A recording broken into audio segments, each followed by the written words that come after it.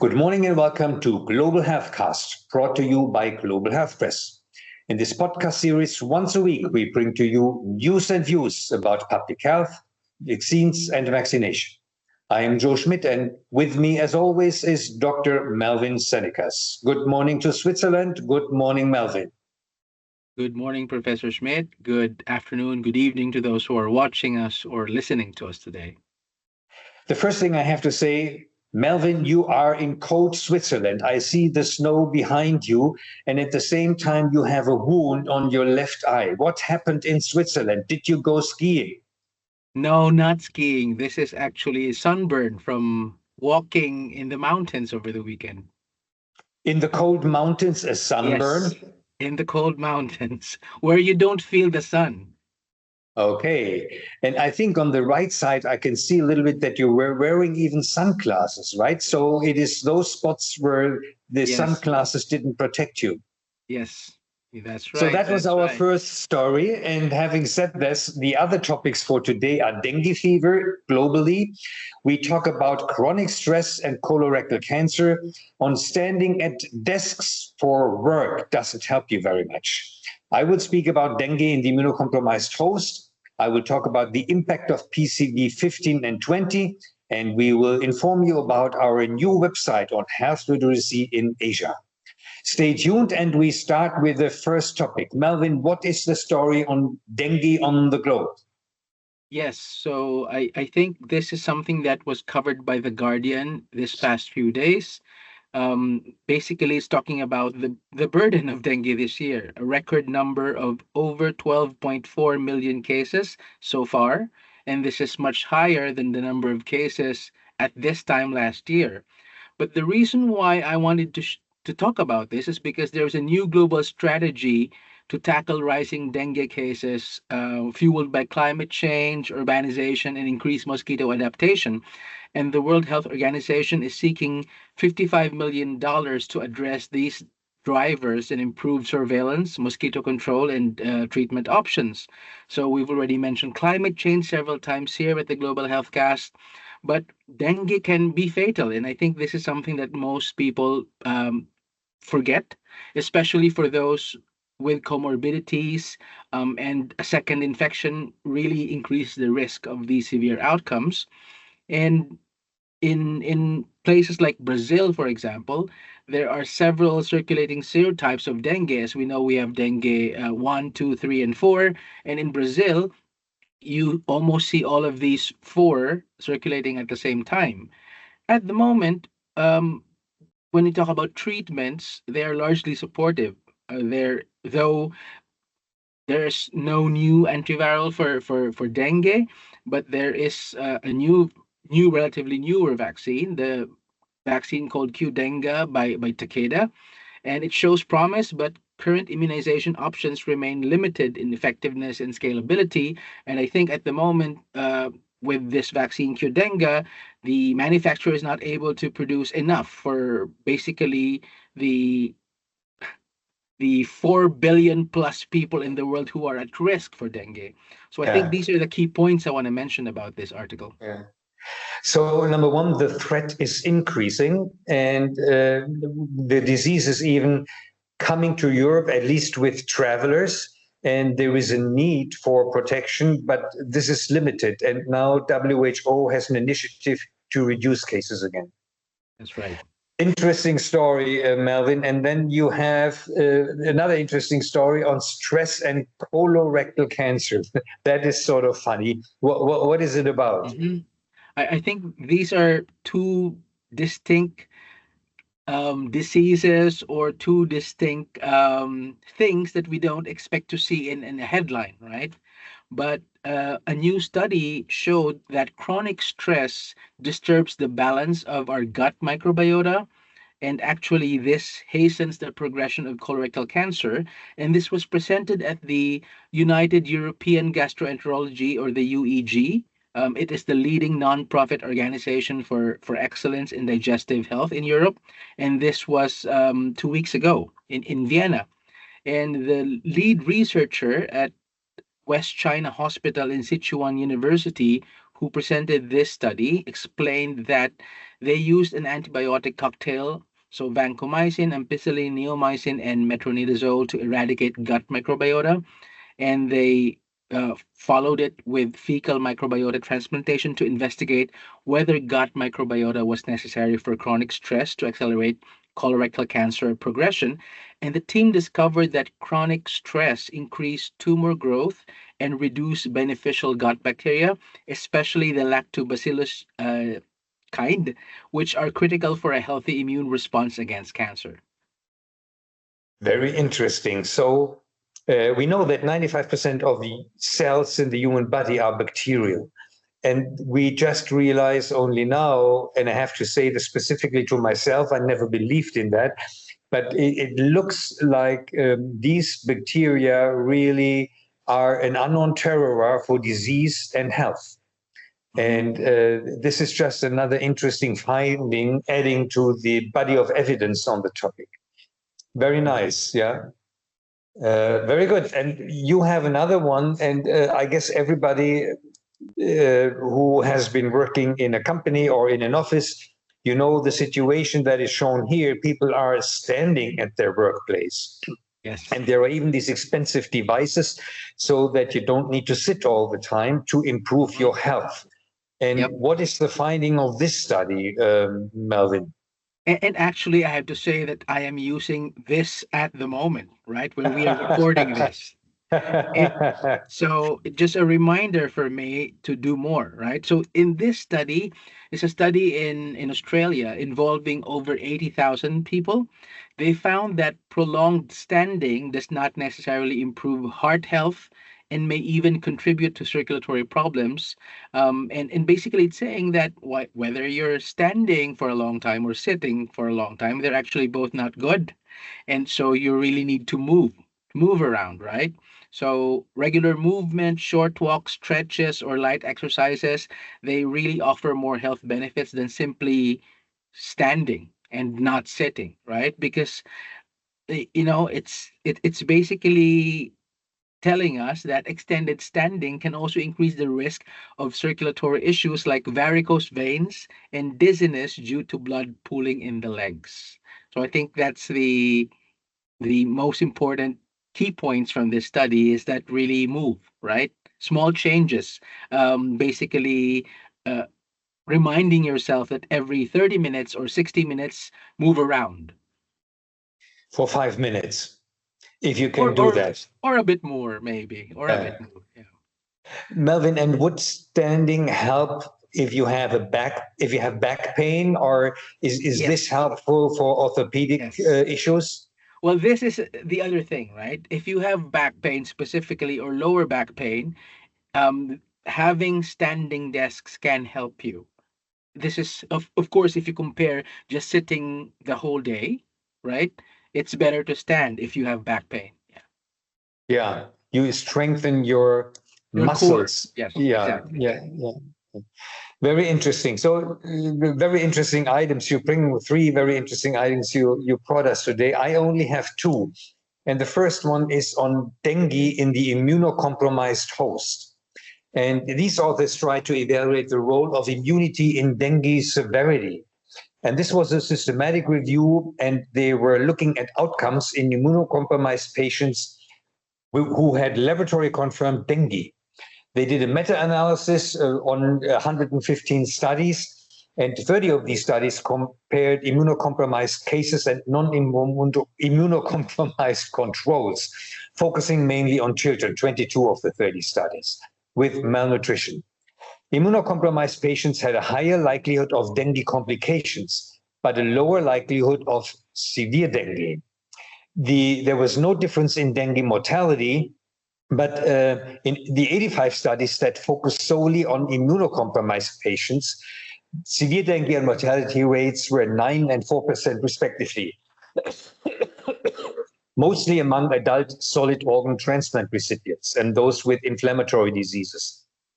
Immunosuppressive treatment alterations and temporary graft dysfunction were also reported. The authors conclude that there is an increased risk of dengue-related complications.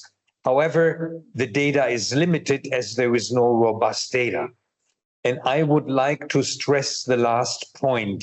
Look, the headline tells you immunity and dengue severity. So what comes to your mind is antibody-mediated disease enhancement. And as Melvin reported in our last Global Healthcast, it doesn't be the antibody that reduces disease enhancement, but T cells that don't kill the dengue virus in the end. So I'm not sure what this study really adds to our knowledge. It says that if you are immunosuppressed, you have a higher risk of complications. That is not new. But what worries me really is that everybody was lumped together. Immunocompromised host or immunosuppression is not a disease, but it is many diseases and circumstances. Look here. You can have a B cell defect with no antibodies. For example, you're born without B cells, or you receive rituximab as a treatment for rheumatological disease, or you have no T cells because you're born without T cells, or because you get cortisone, or if you are HIV positive. If you have cancer, your white blood cells, your granulocytes are wiped out. You may have complement deficiency, and you may have a lack of the spleen, and so on and so forth. So there are dozens of known immune defects, and lumping them all together cannot tell you anything about the role of the immune system in dengue. It doesn't tell you anything. You lump it together, and there cannot be any conclusion. In addition to immune defects, you have diseases that go along with specific infectious diseases. Malnutrition is associated with, for example, tuberculosis. HIV is a T cell defect, tuberculosis. Diabetes is granulocytes, Staphylococcus aureus infections. Splenectomy, this is the encapsulated bacteria, meningococcus, pneumococcus, Haemophilus influenza, and so on and so forth. So all these specific diseases have very specific immune defects that allow specific pathogens to make you sick. And finally, chemotherapy modifies all this. So I'm not sure what the study can tell you if you don't split it up, and if you lump it all together. There is nothing you can learn from it, except the last point that the author said, we need more robust data, right? Limited by a lack of robust data. This is exactly it, but that we know beforehand, right? We don't need a study for that. Melvin, any points from your side?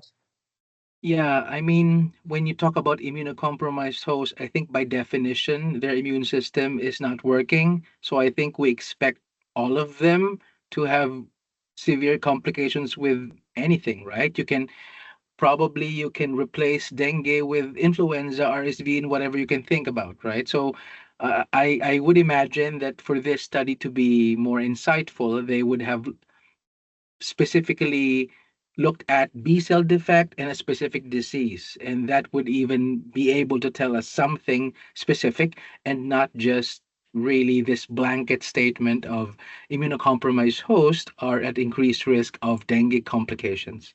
Yeah, I agree.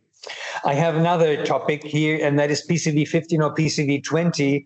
And I have to say, I never thought of that. You may remember in the past 2 years, I was very critical with PCV20 because I said PCV15 is enough. The additional 5 serotypes don't matter much. But this is a study looking in children and in the United States, and it looks at outpatients with acute otitis media, pneumonia, and sinusitis. So in the end, the additional 5 serotypes don't necessarily contribute much, but as these diseases, otitis media, pneumonia, sinusitis, are so frequent, the additional serotypes matter. And that is shown here. The authors looked at all-cause incidence rates from healthcare surveys, and they looked at serotype-specific attributable fractions calculated by using modified vaccine probe approaches. They looked at data from PCV13 from the past, and so on and so forth. In the end, per 1,000 children annually, the PCV15 additional serotypes compared to PCV13 they reduced 2.7 among 4,000 subjects, 2.7 visits and 2.4% of antibiotic prescriptions. Oh no, 2.4, not percent, it's a number, antibiotic prescriptions. And PCV 20 for that, the number is 15 and 13. So this is threefold higher, and this is sixfold higher. So there is an impact. And that is even relevant because the disease is so frequent. And this study, interestingly enough, was written by US government employees and is in the public domain in the United States. So this is not a marketing piece from a vaccine company, but this is real good research done by government officials. And to substantiate this further and to give you a little bit of an impact, this is the PCV13 serotypes on the left side here, or part of them. You see here then in light blue the additional PCV15/20 serotypes, and then here the PCV20 additional serotypes. So in the percentage of isolates is shown on the y-axis, so you see this really matters. Melvin, any comments to this one? It's a good study showing that adding these five definitely covers more serotypes, and actually they are basically improving health outcomes, right? But I would imagine that at the end of the day, when you talk about the governments trying to make decisions on which vaccine they would choose, they would put in the input of the price as well. So I think that is a different story when you add in the price. That is true, but not for the United States, I guess. I don't know. This is a US study, and you have to weigh the price against the price that you pay with antibiotic prescriptions and hospitalizations, right? Mm-hmm. So it's a complicated story, but you have to do a health economic analysis. I totally agree. Absolutely, Melvin. Yes, absolutely. Yeah. Anyway, coming to the last point is we in Global Health Press have a relatively new website on health literacy in Asia. We now cover Pakistan, we cover Malaysia, we cover Vietnam, and we cover Indonesia. And very interestingly, our colleagues, they have their own website with data from the individual countries. We want to give you as customers clear, reliable health information. And we want to bring to you up-to-date research and practical tips for your health. And we want, in the end, improve doctor-patient communication, understand prevention strategies, and stay informed on public health issues, because that's what matters to you. And you find here on the right side, you'll find the links for our LinkedIn website and also on our website. And if you go to healthliteracy.com, there you, healthliteracyasia.com, you can click on the individual countries and you will see information there. We aim at adding more countries. If you want to become the country editor and you live in Asia, and if you are part of a larger organization who can handle a website, let us know and we would be happy to support you. Besides the 4 or 5 countries that I've mentioned, we would love to include your country on our expertise here on health literacy in Asia. Melvin, any comments? Oh, well, this is very good because as many people know, as almost everyone know, when you type in whatever specific health concern online, you are not sure whether the information you get is actually accurate or legitimate or not, right? And in this Health Literacy Asia project is really a good answer to that need for reliable and clear information. Thank you very much. And please join us, please dial in, and please let us know at Global Health Press if you would like to be part of this project. Last but not least, as we are fighting fake news, I have now a cartoon here with all this fake stuff on social media. What can we trust? This is what this guy is complaining about, looking at his smartphone, and he is leaning on the answer to his question. Read papers. Don't go to social media. Trust good journalism and trust scientific literature. That is the short answer. In our next podcast next week, we will cover more on fake news and how to find real good news and how to evaluate evidence. Having said this, I can summarize for today that we spoke about dengue, about an increase of cases around the globe and what WHO is going to do about it. Melvin stressed that chronic stress accelerates colorectal cancer by disrupting the balance of gut microbes. Standing at the desk may not improve your heart health and could even increase the risk of certain circulatory problems coming from the veins, so move around a little bit. I spoke about dengue in the immunocompromised host and that this is specifically dangerous. And we spoke about the impact of PCV15 or 20 in acute respiratory tract infections in children in the United States. And finally, we spoke about Health Literacy in Asia, our new project, where we hope to find new people to support us, but also more readers. Having said this, thank you very much for your attention. And Melvin, you have the last word. Thank you, Professor Schmitt. Thank you, everyone, for listening and watching us today. Please don't forget to visit healthliteracyasia.com and tell us what you want to know or whatever information that you want to hear from us here in Global Healthcast. So thank you, everyone. Stay safe.